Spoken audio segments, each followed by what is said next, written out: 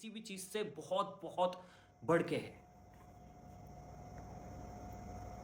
लेकिन आज मैं एक ऐसी वीडियो बना रहा हूं जिसमें मैं ये बोल रहा हूं कि मुझसे मिलने कोई मत आना, क्योंकि गाइज यार इसका एक दूसरा पहलू भी है जो कि बहुत ज़्यादा खतरनाक है, बहुत ज़्यादा भयानक है, और जिसे सोच के या फिर जब मैं उस स्थिति में फंसता हूँ तो मुझे अंदर से बहुत डर लगता है।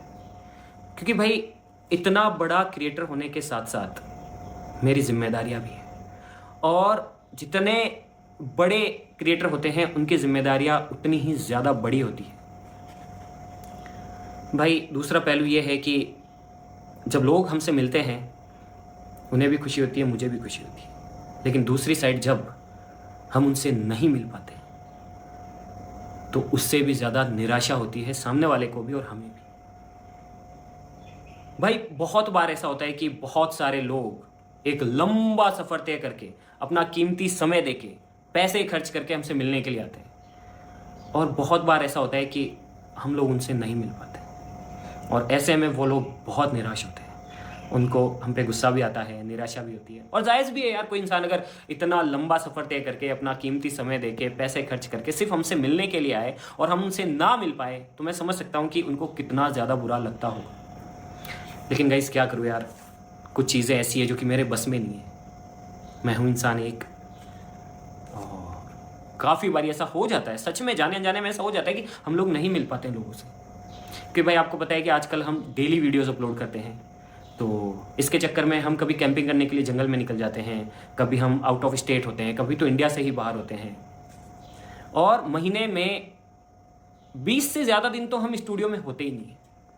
और ऐसे के अंदर अगर कोई हमसे मिलने के लिए आता है तो भाई प्रैक्टिकली मेरे लिए पॉसिबल नहीं हो पाता है कि मैं उनसे मिलूं। और जब हम लोगों से मिलते भी हैं तो लोग खुशी खुशी हमारे साथ फ़ोटोज़ लेते हैं, पिक लेते हैं, मुझे भी खुशी होती है। फिर वो अपने स्टेटस लगाते हैं, इंस्टाग्राम पे अपलोड करते हैं फोटोज़ और पिक्स को। तो होता क्या है कि देख के और भी बहुत सारे बच्चे, स्टूडेंट्स, बहुत सारे ऐसे लोग जिन्हें यूट्यूब करना है, बहुत लोग जिनके सवाल होते हैं, जिन्हें सिर्फ हमसे मिलना होता है, उन लोगों के मन में भी आता है यार कि चलो ओपन भी चलते हैं भैया से मिलने के लिए। और लोग नेपाल से, कर्नाटका से, उत्तर प्रदेश से, बिहार से, पंजाब से, आप मानोगे नहीं, कश्मीर से, मेघालय से, उड़ीसा से, असम से, इतनी दूर से फिर निकल जाते हैं हमसे मिलने के लिए। काफ़ी बार ऐसा होता है कि बहुत सारे लोग अपने घर वालों को बताते भी नहीं हैं। जब वो मुझसे मिलते हैं मैं उनसे पूछता हूँ कि क्या आपने अपने घर वालों को बताया कि मैं कहाँ जा रहा हूँ, तो वो लोग बोलते हैं कि नहीं। मैं कहता हूँ कि क्यों भाई, आपने अपने घर वालों को क्यों नहीं बताया? तो वो कहते हैं कि यार अगर मैं अपने घर वालों को बता देता तो वो लोग मुझे यहाँ आने ही नहीं देते।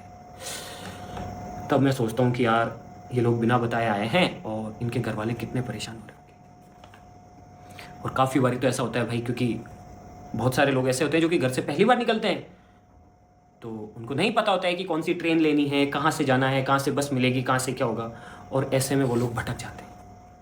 काफ़ी बारी मैंने देखा है कि लोग रेलवे स्टेशन पे सोते हैं, बस स्टैंड्स पे सोते हैं, 2-2, 3-3 दिन तक वो खाना भी नहीं खा पाते, सिर्फ इस उम्मीद में कि भैया से मिलेंगे, लेकिन वो भटक जाते हैं। फिर वो जब लोगों को मिलते हैं तो लोग क्या करते हैं, पुलिस को इन्फॉर्म कर देते हैं कि ये एक बच्चा है या फिर स्टूडेंट है, ये भटक गया है। फिर पुलिस इन्वॉल्व हो जाती है, और फिर जब पुलिस इन्वॉल्व हो जाती है तो फिर हमारे पास कॉल आते हैं कि आपसे मिलने के लिए कोई इतनी दूर से आया है, कहीं से आया है, तो आप आइए। फिर हम जहाँ पे भी हो, उस कंडीशन के अंदर हम कहीं पे भी हो, कुछ भी शूट करो या फिर कहीं पे भी हो, ये हमारी जिम्मेदारी होती है कि हम जाएँ। फिर भाई हम पुलिस स्टेशन जाते हैं, उनसे मिलते हैं और उनके घर वालों से बात करते हैं। उन्हें बताया जाता है कि आपका बच्चा यहाँ है, आप परेशान मत होइए, और जल्द से जल्द हम इसे आपके पास में पहुँचा देते हैं। काफ़ी बारी तो बहुत सारे बच्चे, बहुत सारे स्टूडेंट्स मना कर देते हैं, बोले कि नहीं हम नहीं जाएंगे, हम तो आपके साथ ही रहेंगे, यहीं पर रहेंगे। उनका प्यार ही इतना है। लेकिन हम भी समझते हैं कि ये प्रैक्टिकली पॉसिबल नहीं है, हमसे ज़्यादा ज़रूरी उनके लिए उनके घर वाले हैं। फिर हम उनको समझाते हैं, और जब तक उन लोगों को हम घर ना पहुंचा दें तब तक ये हमारी जिम्मेदारी होती है, और फिर हम कुछ भी नहीं कर पाते, हमें रुकना होता है क्योंकि हमारा फ़र्ज़ है।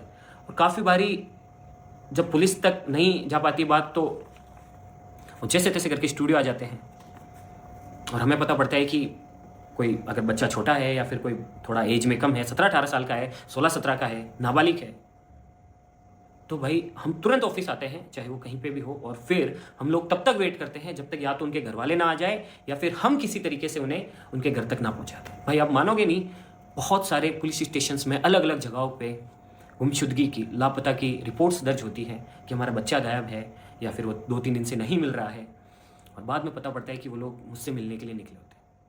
तो आप समझ सकते हैं कि ये कितना ज़्यादा सेंसिटिव टॉपिक है, कितना ज़्यादा महत्वपूर्ण है, क्योंकि आप समझ सकते हैं यार कि दुनिया में अच्छी चीज़ों के साथ साथ में बुरी चीज़ें भी हो। कोई भी मिसहैप हो, कोई भी ऐसी घटना हो जो कि अप्रिय हो या फिर जो कि गलत हो, और सिर्फ ऐसी घटना हो जो कि अप्रिय हो या फिर जो कि गलत हो, और सिर्फ इस वजह से कि कोई मुझसे मिलने आया हो। और भाई आप मानोगे नहीं, बहुत बार ऐसा होता है कि लोग इतने ज़्यादा आ जाते हैं कि प्रैक्टिकली मैं सभी से नहीं मिल पाता। कोई साइकिल से आया होता है, कोई किसी मदद के लिए आया होता है, कोई किसी के लिए, लेकिन मेरे हाथ में नहीं होता कि मैं सभी की मदद करूं, क्योंकि यार हूँ तो मैं भी इंसान ही। काफ़ी बार ऐसा होता है कि भाई मुझे जवाब देना पड़ता है संस्थाओं को, बहुत सारी जगहों को, क्योंकि वो जिम्मेदारी मेरी हो जाती है। ऐसी बहुत सारी चीज़ें हैं गाइस, अनगिनत रीजंस हैं। बहुत सारे लोग रात को पहुंचते हैं, रात को स्टूडियो के बाहर 2-2, 3-3 दिन तक बैठे रहते हैं, भूखे प्यासे हैं। बहुत सारे लोग रेलवे स्टेशन पे सोते हैं। बहुत सारे लोग कोई मोटरसाइकिल से आ रहा होता है तो रास्ते में उनके चोट लग जाती है। बहुत सारे लोग ऐसे होते हैं जिनके पर्स चोरी हो जाते हैं, या फिर जिनका बैगेज गुम हो जाता है, या फिर उनके साथ कुछ ऐसी घटना हो जाती है जो कि वो मुझे बताते हैं। फिर मुझे दिल से इतना बुरा लगता है ना, मैं खुद को कोसता हूँ कि वाई ऐसा क्यों हो रहा है। और ऐसी घटनाएं अभी के दिनों में इतनी ज़्यादा बढ़ गई है कि मुझे मजबूरन आप लोगों से ये कहना पड़ेगा कि प्लीज़ यार मुझसे मिलने कोई भी मत आना, मैं नहीं मिलूँगा। क्योंकि अगर मैं एक आदमी से मिलता हूँ तो दूसरा बुरा मान जाता है, तीसरा बुरा मान जाता है कि हमसे मिले, कि उनसे मिले, हमसे नहीं मिले। इसीलिए मैंने ये फैसला लिया गाइस कि मैं अब से किसी से भी नहीं मिलूँगा। और आपको यकीन नहीं होगा गाइस, हमारे यहाँ के जो लोकल न्यूज़पेपर्स हैं उनमें महीने में 3 से 4 खबरें तो सिर्फ हमसे रिलेटेड होती है कि कोई बच्चा कर्नाटका से मिलने के लिए एक इन्फ्लुएंसर से आया, मिस्टर इंडियन हैकर से, कोई नेपाल से आया है, कोई साइकिल पे यात्रा करते हुए आया है, कोई कैसा आया है, कोई कैसा आया है। अब मानोगे नहीं, हमारा जो रेलवे स्टेशन है ना, वहाँ पे जितने भी ऑटो ड्राइवर्स हैं, जितने भी टैक्सी ड्राइवर्स हैं, सबको हमारा एड्रेस याद हो गया है, क्योंकि इतने सारे लोग आते हैं। और जैसे वो किसी को देख लेते तो खुद ही समझ जाते हैं कि भैया हम समझ गए थे कि ये लोग आपसे मिलने आए हैं, और हम सीधा आपके पास ले आते हैं। जैसे कि एक एग्जाम्पल मैं आपको दिखाता हूँ। ये देखो भाई, ये एक न्यूज़पेपर की कटिंग है मेन पृष्ठ पे, और इसमें क्या लिखा हुआ है मैं आपको थोड़ा सा पढ़ के सुनाता हूँ। सोशल मीडिया इन्फ्लुएंसर से मिलने 1126 किलोमीटर से अजमेर पहुंचा 12 साल का बालक। CDBWC ने इन्फ्लुएंसर को समझाइश के लिए बुलाया। ये देखो भाई, मुझे बुलाया जाता है अलग अलग गवर्नमेंट संस्थाओं के द्वारा कि इन बच्चों को समझाइए, ये तो आपसे मिलने के लिए पागल हो रहे हैं।